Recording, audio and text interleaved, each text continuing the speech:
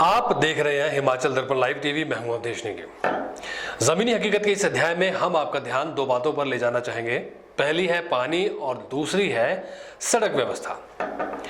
मनुष्य जीवन के लिए पानी का होना बेहद जरूरी है, ये तो हम सब जानते ही हैं। और जो नहीं जानते हैं उनके लिए सार्वजनिक स्थानों पर और स्कूल के बच्चों के लिए दीवारों पर यह लिख दिया जाता है कि जल ही जीवन है। और ये शायद आपने कहीं देखा भी होगा।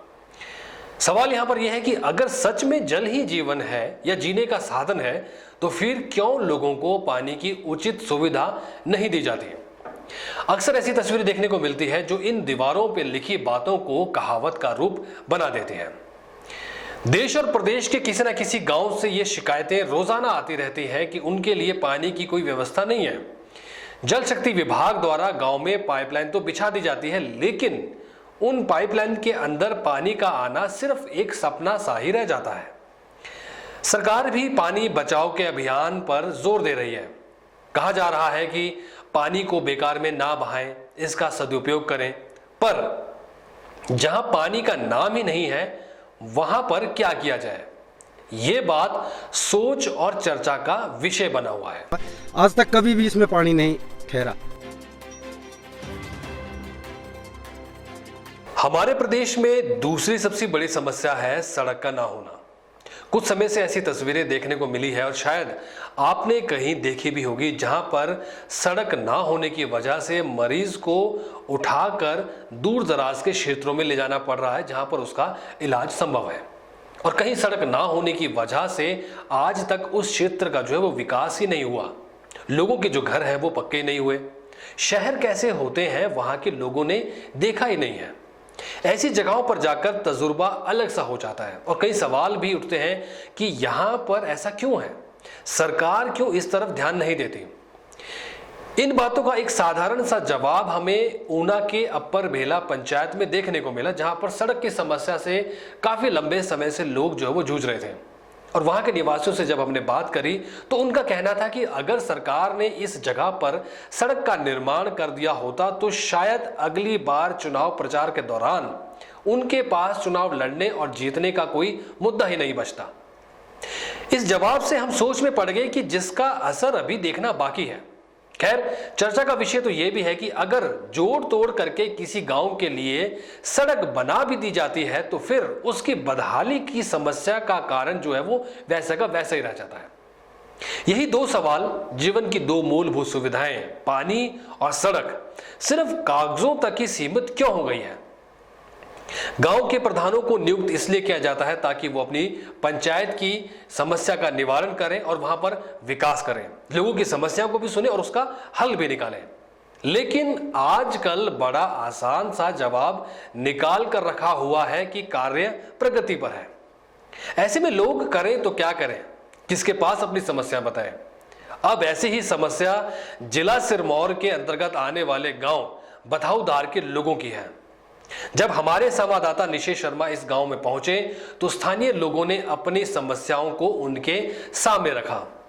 उन्होंने उनसे क्या कहा और प्रशासन से क्या अपील की है, आइए देखते हैं जमीनी हकीकत के इस अध्याय में निशेष शर्मा की यह रिपोर्ट। जिला सिरमौर के उपमंडल राजगढ़ के अंतर्गत आने वाली दाहन पंचायत का बथाऊधार एक ऐसा गांव है जहां पानी होते हुए भी गांव वालों को प्यासा ही रहना पड़ रहा है। गांव वालों का कहना है कि जल शक्ति विभाग द्वारा जो पाइपलाइन बिछाई गई है वह काफ़ी पुरानी है और टूट चुकी है, तथा जो टैंक पानी की स्टोरेज के लिए बनाया है वह आज तक भरा ही नहीं। यहाँ की सड़क के भी बहुत बुरे हाल हैं।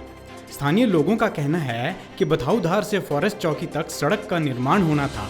इसके लिए कच्चा पत्थर बिछाया गया, लेकिन उसे पक्का ही नहीं किया गया, जिसके कारण सड़क ठीक नहीं है। और साथ ही पीडब्ल्यूडी रोड के भी बहुत बुरे हाल हैं, लेकिन अभी तक इसका काम शुरू ही नहीं हुआ है। इससे पहले यहाँ 700 मीटर जो है वो टाइलें बिछाई गई है। 700 मीटर का एरिया है रतन के घर से और पंथे तक, और उन टाइलों में लगभग 25 लाख रुपया खर्च किया गया, परंतु उसकी जो ड्रेनेज है वो ठीक ढंग से नहीं बनाई। बहुत ऊंची है, कभी भी गाड़ी वहाँ फंस सकती है और गाड़ी फंसने से कोई भी हादसा भी हो सकता है या गाड़ी जो है उसका नुकसान हो सकता है। वो जैसे पीडब्ल्यूडी का नक्शा उसके अनुसार नहीं बनी है। पक्का करने के लिए लोक निर्माण विभाग ने जो लापरवाही बरती है, उससे ऐसा लगता है कि शायद ही कई सालों तक ये जाएगा। इसलिए हमें मीडिया का सहारा लेना पड़ रहा है। आज सारे गांव के लोग यहाँ इकट्ठे हुए हैं, जो प्रमुख लोग हैं, और उनकी यही शिकायत है कि ये सड़क ठीक नहीं है। पंथा से ऊपर इस सड़क का हाल ऐसा है कि बरसात में इसमें गाड़ियाँ लानी बड़ी मुश्किल है। बस वहाँ से पीछे मुड़ जाती है, कभी भी बस ऊपर नहीं आती। इसमें 3-4 स्पॉट ऐसे हैं कि जिसका कई बार अनुरोध किया कि वहाँ पर पत्थर डाला जाए, सोलिंग की जाए, परंतु कोई ध्यान लोक निर्माण विभाग नहीं दे रहा है। नमस्कार जी, मेरा नाम सुनील पुंडीर, मैं पथाउधार का निवासी हूँ। ये हमारा IPH का टैंक है। जब से ये बना हुआ है इसमें कोई पानी नहीं ठहरता, ना पानी आता है। और इसकी आप खुद देख सकते हैं, साक्षात दिख रहा है आपको कि ये पाइप जो है पुरानी नए टैंक को लग चुकी है, लेकिन इसमें पानी आज तक नहीं आया है। IPH से मेरी एक रिक्वेस्ट है कि ऐसा काम क्यों करते हैं, ऐसा ठेकेदारी में क्यों काम देते हैं जो काम सही नहीं होता है।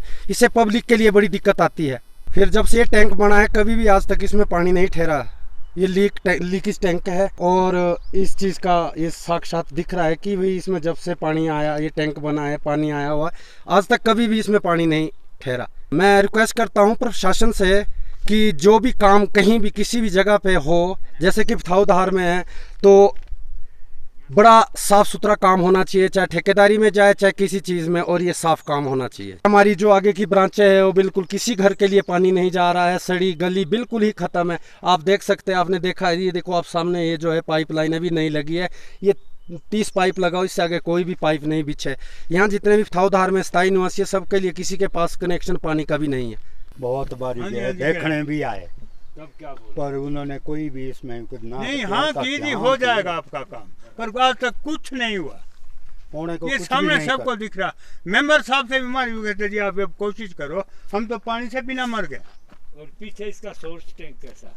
सोर्स टैंक के भी बुरे हाल है। सोर्स टैंक किसका है ही नहीं, ये ऐसे पीछे फंसा हुआ है खड्ड में।